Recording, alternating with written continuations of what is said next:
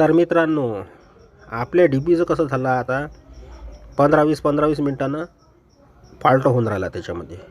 त्याच्यामुळे परत त्या डीपीला दर्शन द्यायसाठी आम्ही आलेलो आहोत.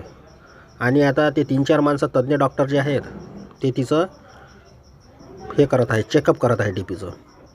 आता त्याच्यात कोणता तार कमी पडला, कोणता तार जास्त झाला याचं ते नियोजन करत आहेत. आणि बाजूला शिपा बदलणं चालू आहेत. हे बघा आता कसं हे शिपा बदलणं चालू आहेत.